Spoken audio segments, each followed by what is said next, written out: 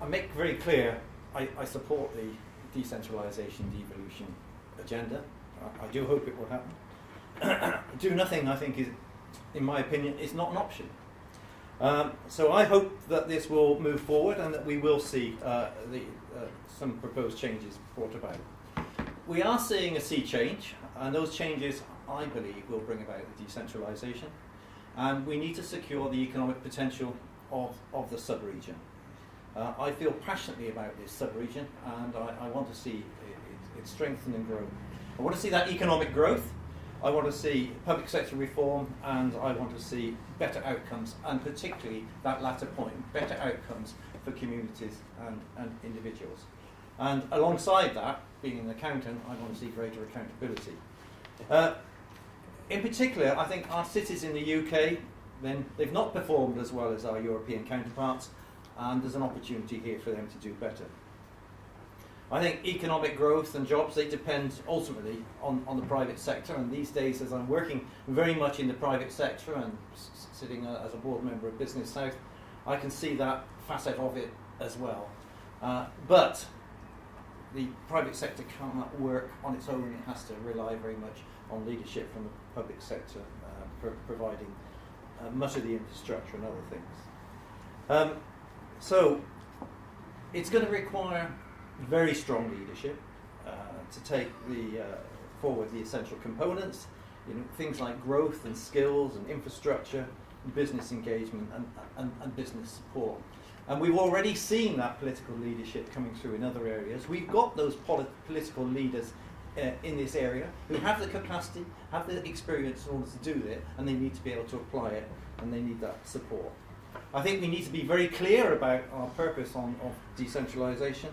It will ultimately need cross-party support, and I don't say that lightly, really, but when I look at Manchester and some of the other areas and how they've managed to achieve that with compromise and collaboration, I've been very impressed. It does need to be joined up. You would have heard this before, we need to look at function before form. It's something that John Denham frequently says, and I agree totally with that. But again, I'll come back to this point about improved outcomes. We need to look at those improved outcomes. And finally, I'd like to just add, please don't let us make the mistakes that we made with the last local government reorganisation. I was involved in case making and involved in the implementation, and it was adversarial. In this area, it was largely Portsmouth and Southampton, for a change, working together, versus Hampshire County Council.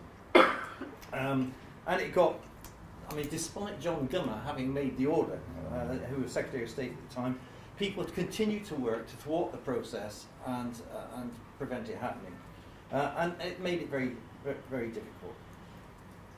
So we need to overcome those difficulties that we had last time. There will need to be collaboration, and it's not just about amongst the local authorities. It's going to be very much with the LEPs, with the business community, particularly with the health authorities, and I'm looking to see coterminous boundaries. I'm looking to see a lot of collaboration, a lot of cooperation, and that will inevitably involve some form of compromise. And this isn't going to all happen on a particular day that an order is made. Once a decision is made, it's the start, because I think further things will happen. So it's a starting point. Those of you who went up to Winchester the other day heard Sir Richard Lees, the leader of Manchester, talk about what they were doing. They've been leading much of this, but they're only now getting to grips with the health authorities and the health and social care issues, and bringing something like 30 commissioning authorities down to about 10. So I think we need to remember it is that particular journey. But those are the key points I'd like to leave you. Thank you, Peter. Thank you, Mike. So I wasn't a great supporter of it. But I think the new regional assemblies, have enormous potential.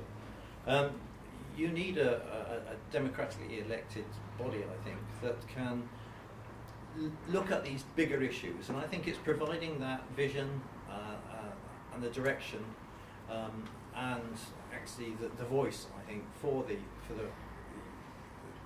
sub-region, which will, I think, help to drive this forward. I don't think it's one single thing.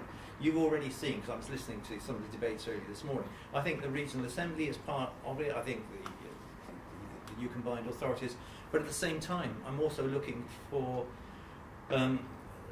more local accountability and some of the, whether it's going to be area committees or parish super parishes or things like that, I think we're looking at the synergy really between these three things. So I don't think one particular component of it is going to make a difference. I think if you put these things together, then we stand a much greater chance of having something very, very effective.